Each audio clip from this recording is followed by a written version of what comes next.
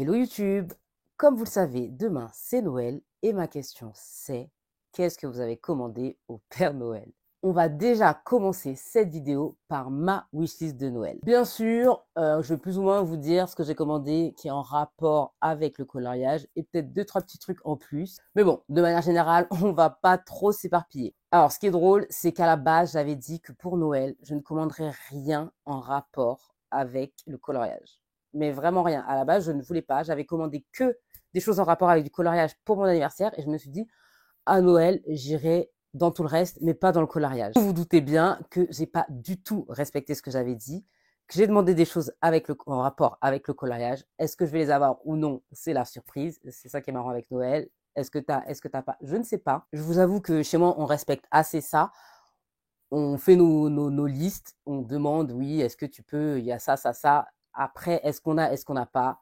Comme les enfants, on le sait le jour de Noël. Du coup, je pense que sur le côté de l'écran, je vous mettrai des photos à chaque fois, mais je vous dis ce que je souhaiterais avoir à Noël. Bien sûr, c'est certain que je n'aurai pas tout parce que je me suis un peu enflammée, je vais pas mentir. Mais écoutez, qui ne tente rien n'a rien, donc au moins j'aurais essayé. Déjà, en premier, j'ai demandé quelque chose que je veux depuis longtemps, mais à côté de ça, c'est aussi quelque chose qui coûte quand même très cher, j'en suis consciente. On verra. J'aimerais avoir les Light Fast de Derwent, les crayons de couleur. Comme vous savez, moi, ce que j'utilise le plus, c'est les Luminance, les Prismacolor et les Polychromos, parce que je ne l'ai pas encore dit là, mais cette semaine, j'ai acheté toute la fin de la collection, enfin de la gamme Polychromos qui me manquait, à peu près la moitié, je pense.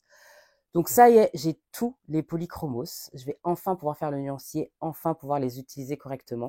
Et du coup, j'aimerais ajouter à ça les Light Fast. J'en avais 10, j'en avais à peu près 10, je me rappelle plus trop. J'aimais beaucoup, donc forcément, je voulais toute la collection. Ça fait quelques mois maintenant que je les veux. Le prix, on le connaît tous. Voilà, du coup, je n'ai pas encore craqué. Je les ai demandés à Noël, on verra bien. Pour rester dans le Derwent, j'ai aussi demandé les Derwent Drawing. J'en avais trouvé quelques-uns dans mon Cultura. Je les avais pris, donc je sais pas, j'en ai avoir 5 ou 6.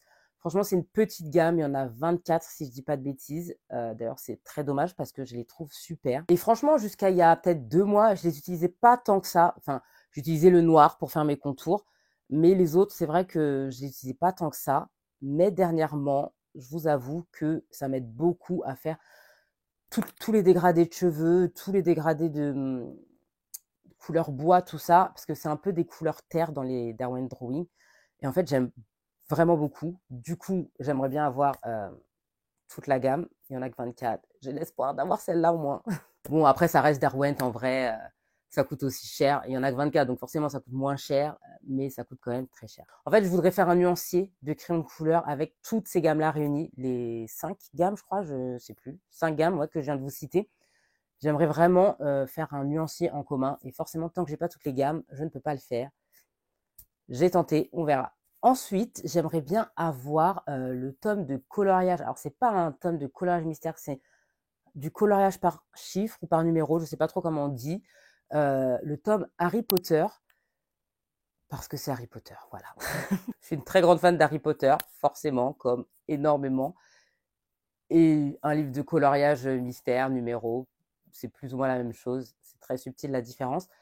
Euh, il me le fallait, donc je l'ai demandé pour Noël. Je sais qu'ils font le vilain aussi, le vilain de Disney dans la même collection. J'aimerais bien l'avoir. Je ne l'ai pas forcément demandé à Noël, mais je pense que celui-là, je me le prendrai dans pas très longtemps. Mais en tout cas, ouais, là, ce serait le Harry Potter que j'aimerais beaucoup. D'ailleurs, spoiler alerte, j'aimerais me remettre au feutre. Et je pense que si j'ai ce tome, parce que si je l'ai pas à Noël, je vais craquer toute seule de mon côté, c'est sûr, je le ferai au feutre. Voilà, alors que j'avais dit que je ne ferais plus seulement de feutre parce que je n'aimais pas ça. Et que les imbéciles qui ne changent pas d'avis, du coup, je vais retenter dans ce tome, je pense. J'aimerais avoir 2 petits tomes en particulier de Cozy Coloring, le Cute Paris et le Cute London. Alors, ces 2 petits tomes, ça fait pas longtemps qu'on en entend parler. C'est Plumicolo, désolée si c'est pas le bon pseudo, mais qu'on a parlé sur ses réseaux. Et je me suis dit, D'ailleurs, c'est pas très longtemps qu'elle en a parlé. Ça fait quoi? 2 semaines peut-être? Et je me suis dit, ah, je vais mettre les couvertures juste ici. Et vous allez voir, sont très malins parce que les couvertures font craquer de fou. Après, elle a montré l'intérieur des livres, forcément, en présentant en faisant un unboxing. Les colos sont très jolis aussi. Donc, c'est ce qui m'a fait craquer. Mais les couvertures, vous allez voir, sont pas mal du tout. Forcément, comme j'ai demandé les nouveaux crayons de couleur, ben, je fais ça parce que je vous mets les photos à chaque fois. J'aimerais bien avoir une nouvelle trousse parce qu'il faut bien les ranger. Et comme vous le savez, je déteste garder les crayons de couleur en boîte. C'est pas pratique du tout. Et j'ai 2 trousses pour l'instant non, j'en ai 3. Attendez, je regarde, mais non, j'ai 2 trousses, n'importe quoi. J'ai 2 trousses de crayons de couleur. Les 2, c'est les mêmes, c'est juste les couleurs qui changent. Donc, j'aimerais bien la même trousse d'une couleur encore différente. J'aimerais avoir, vous voyez les petites boîtes blanches là pour ranger tous les feutres acryliques ou ces feutres à alcool, peu importe. J'aimerais en avoir pour justement ranger tous mes feutres acryliques qui sont en boîte parce que bah, j'aime pas du tout. C'est pas pratique du tout. Donc j'aimerais des rangements nets et précis, histoire que quand je fais mes colos, je puisse prendre mes feutres, mais les remettre surtout à la bonne place parce que souvent je perds mes feutres. D'ailleurs, j'ai perdu un Tooly Art, je ne sais toujours pas où il est. Un tome de coloriage mystère parce que sinon, bah, ça serait bizarre carrément. J'aimerais avoir, et c'est pas un Disney, le tome Trombinoscope qui me fait de l'œil depuis un certain temps. Je sais pas, ça me sortirait un peu de ma zone de confort. Et écoutez, je pense que concernant le coloriage, c'est plus ou moins tout. Et franchement, c'est déjà énorme. Je n'aurai jamais tout ça. Le Père Noël, il est gentil, mais faut pas trop abuser non plus. En tout cas, c'est tout ce que j'aimerais avoir. Enfin, c'est des petits trucs dans tout ce que je viens de vous citer que j'aimerais avoir pour Noël. Cela dit, dans le coloriage, je suis ouverte à tout. Donc, s'il y a d'autres choses qui arrivent, je serai tout à fait contente. Après, il y a quand même quelques petites choses que je vais vous partager qui ne concernent pas le coloriage, mais que j'aimerais avoir quand même. J'aimerais avoir des Lego. J'aime trop construire, en particulier les 2 que je vais vous mettre là. Mais en vrai, peu importe, le Lego, ça me convient. Sauf Star Wars, j'avoue, je suis pas du tout fan. Je veux pas de Lego Star Wars. Il y a 2 livres que j'ai commandés. J'avais eu les 2 premiers à Noël dernier d'ailleurs. Je me suis dit, bah écoutez, les deux suites sont sorties en poche, donc je vais les demander à ce Noël-ci. Ça, je suis à peu près sûre de l'avoir. Et écoutez, ben, de tête comme ça, je pense que c'est tout. Je me rends compte que je suis clairement dans l'abus. Comme on dit, Noël c'est fait pour rêver. Je rêve. On verra ça mardi à minuit. Mais dites-moi vous en commentaire, qu'est-ce que vous avez commandé ou qu'est-ce que vous aimeriez avoir à Noël en rapport avec le collage ou pas d'ailleurs. Bien sûr, la semaine prochaine, dans la prochaine vidéo, je vous dirai ce que j'ai eu ou pas. Et je tiens quand même à préciser que, en vrai, peu importe ce que j'ai, je suis contente. Pour moi, le plus important à Noël, c'est quand même d'être avec les gens qu'on aime. Après, le reste, c'est que du plus. Pour en revenir aux choses un peu plus sérieuses, parce que rêver, c'est bien, mais voilà. Je vais vous parler de cette petite palette Paul Rubens, dont je vous avais déjà un peu parlé la semaine dernière et je vous avais dit qu'on allait la tester ensemble. Donc, c'est maintenant. Du coup, j'ai ouvert les couleurs parce que je l'avais pas encore fait. Donc, comme vous voyez, bah, c'est la petite palette. Hein. Il y en a une autre avec 48 couleurs, donc forcément beaucoup plus de teintes, beaucoup. Quand on est doué en aquarelle, je pense que celle de 48 est vraiment super. Mais quand on est comme moi et qu'on débute, franchement, celle de 12, je pense, suffit amplement. Je vous montre le nuancier tout de suite. Les couleurs, alors c'est des couleurs plus ou moins basiques. Mais en vrai, pour débuter, ça suffit amplement. Alors, je vous le montre là très rapidement, mais vous voyez, c'est des couleurs très basiques. Cela dit, si vous avez l'habitude de l'aquarelle, vous savez qu'on peut faire avec une teinte en aquarelle un nombre incalculable de teintes différentes, vu que tout se joue sur le mélange, l'intensité et tout ça. Mais on en reparle tout de suite en plein bureau. Alors moi, pour faire de l'aquarelle, je prends toujours ça. Je ne suis pas sûre que ce soit forcément le meilleur pinceau. Mais écoutez, pour moi, c'est le plus simple. Je trouve que quand on n'est pas forcément super doué en aquarelle, c'est le plus simple. Donc pour l'instant, je reste avec ça et on se fait le nuancier très rapidement.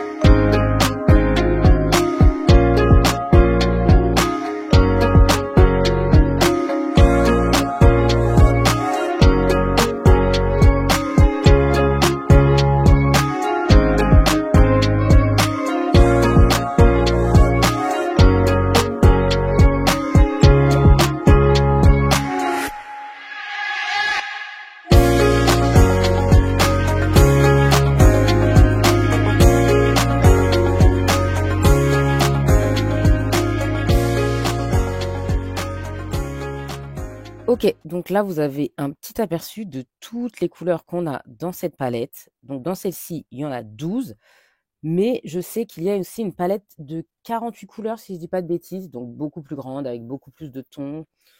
Ou si vous êtes super doué en, en aquarelle, vous pourrez faire beaucoup plus de choses, c'est sûr.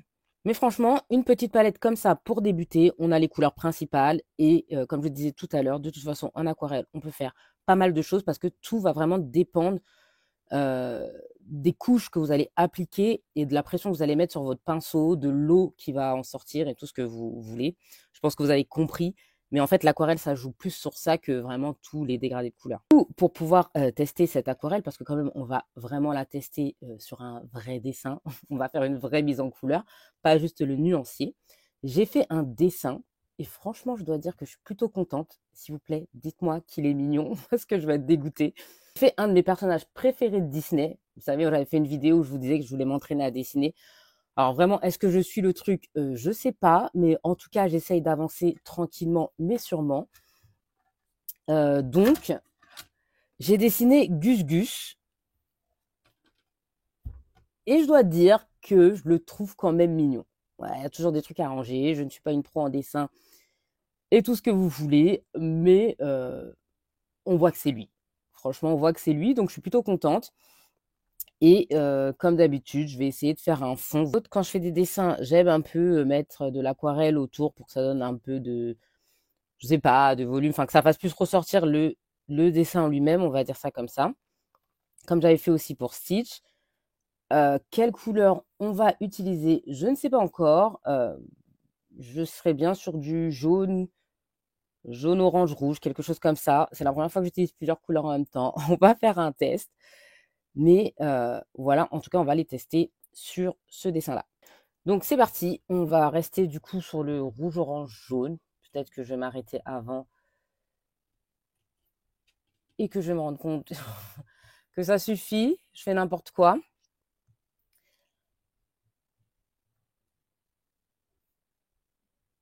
Mais c'est parti. Je vous mets en accéléré et après, on se fait un petit retour sur cette aquarelle.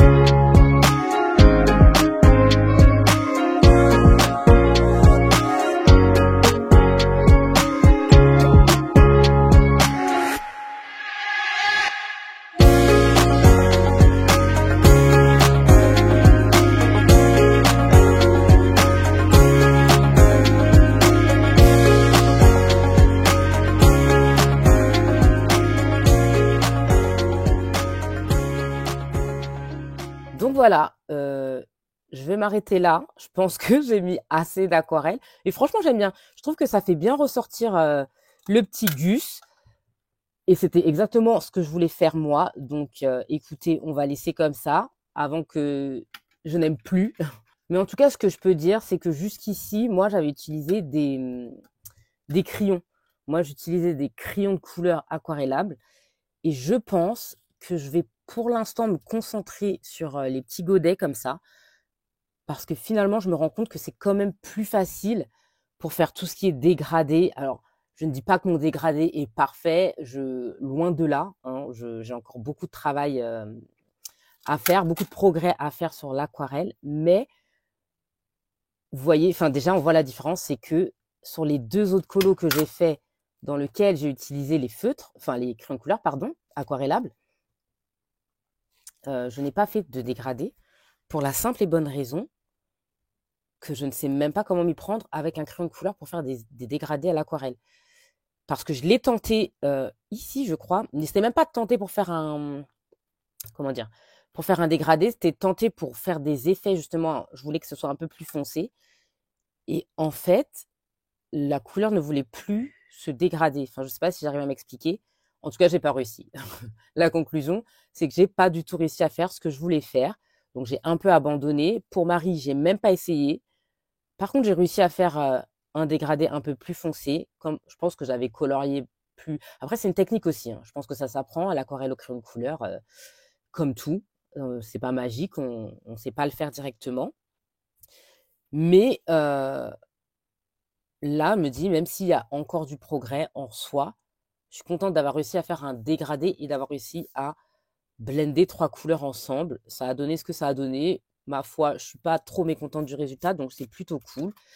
Et si j'ai quelque chose de particulier et qui saute aux yeux, on va revenir sur le dessin après, mais quelque chose qui saute aux yeux sur cette palette d'aquarelle de Paul Rubens, c'est que, je tiens à le redire, mais les couleurs sont ultra pigmentées. Et ça, franchement, ça arrive pas tout le temps. Alors, je pense que ça dépend l'aquarelle qu'on a, la qualité et plein d'autres choses. C'est sûr, comme beaucoup de médiums, de matériaux et de tout ce que vous voulez. Mais moi, j'ai tellement pas l'habitude d'avoir de l'aquarelle super pigmentée que franchement, je trouve ça trop cool. Alors maintenant, est-ce que c'est un produit que je recommande? Franchement, je vais dire oui.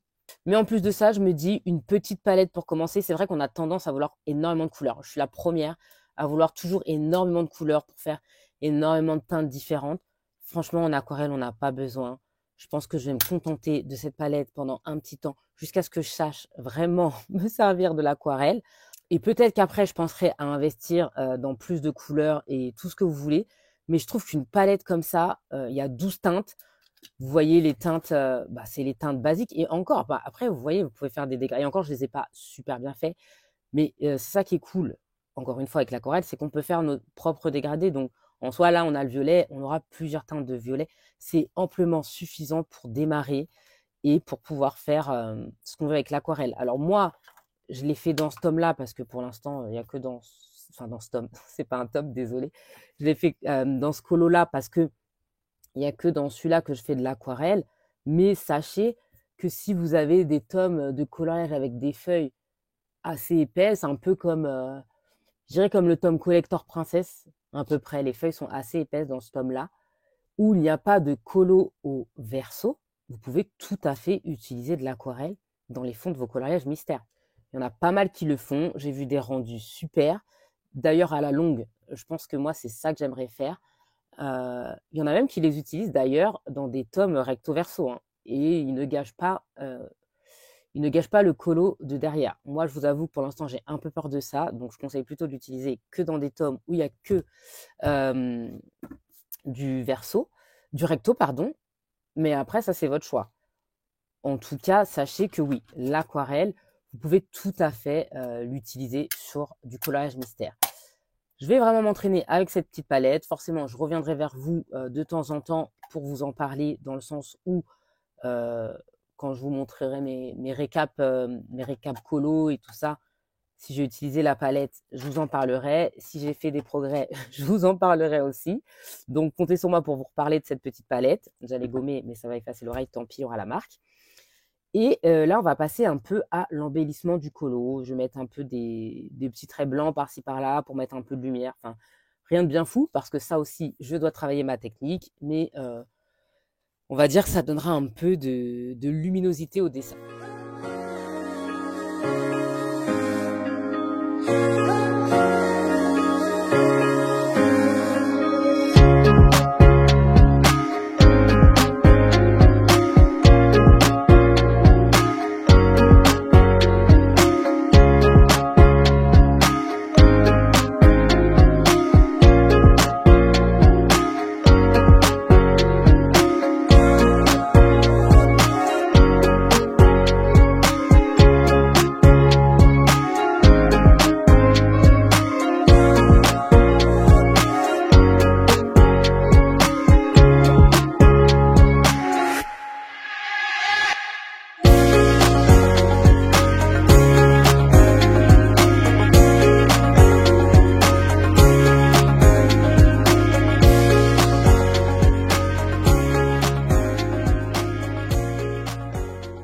voilà le résultat final du petit Gus Gus. Franchement, je suis plutôt contente. J'aime beaucoup ce que j'ai pu faire à l'aquarelle. Je trouve que ça le fait beaucoup ressortir. C'était un peu ce que je recherchais. Enfin, c'est un peu ce que je recherche avec l'aquarelle sur les dessins que je fais comme ça. C'est pour ça que c'est plus simple de faire les mélanges à l'aquarelle, surtout sur du papier, parce que comme ça, là, il est super épais. Donc, c'est le papier parfait. Dites-moi ce que vous en pensez. Je suis très contente. Bien sûr, il faut que je m'améliore en aquarelle. Mais j'aimerais acheter, je ne sais pas ce qui est mieux, si vous, vous y connaissez un petit peu. Est-ce que j'achète des livres en magasin et j'essaye de faire, je sais pas, il y a des livres qui vendent, où on peut faire des fleurs. Enfin, vous voyez, juste pour m'apprendre à faire les coups de pinceau, parce que je pense que déjà, ça, je ne suis pas très douée. Je pense qu'il y a des façons d'appliquer son pinceau. Enfin, je ne sais pas si j'arrive trop à m'expliquer. En tout cas, en 2025, c'est vraiment un point sur lequel j'aimerais m'améliorer. C'est l'aquarelle. Parce que les possibilités de fond avec ce médium, franchement, c'est incroyable. Et c'est vraiment un de mes objectifs 2025. Écoutez bien ce que j'ai dit là. Fin 2025, je refais une vidéo et on verra où on en est. Mais voilà en tout cas pour ça. Je suis contente. Ça me fait un petit dessin en plus dans ma petite avancée de dessin. D'ailleurs, si vous avez d'autres personnages comme la dernière fois, dites-moi. Celui-ci, je l'avais choisi. Enfin, c'était quelqu'un qui me l'avait dit. Alors, je sais plus si c'était sur YouTube ou sur Insta ou TikTok. Mais en tout cas, c'était quelqu'un qui m'avait suggéré Gus Gus. Ça tombe bien parce que c'est un de mes persos préférés dans Disney. Enfin, mes persos. C'est un de mes petits personnages préférés dans Disney. Et sur ce, je vous dis un grand merci. Je vous souhaite un très bon réveillon et un joyeux Noël. Et on se retrouve la semaine prochaine dans une nouvelle vidéo.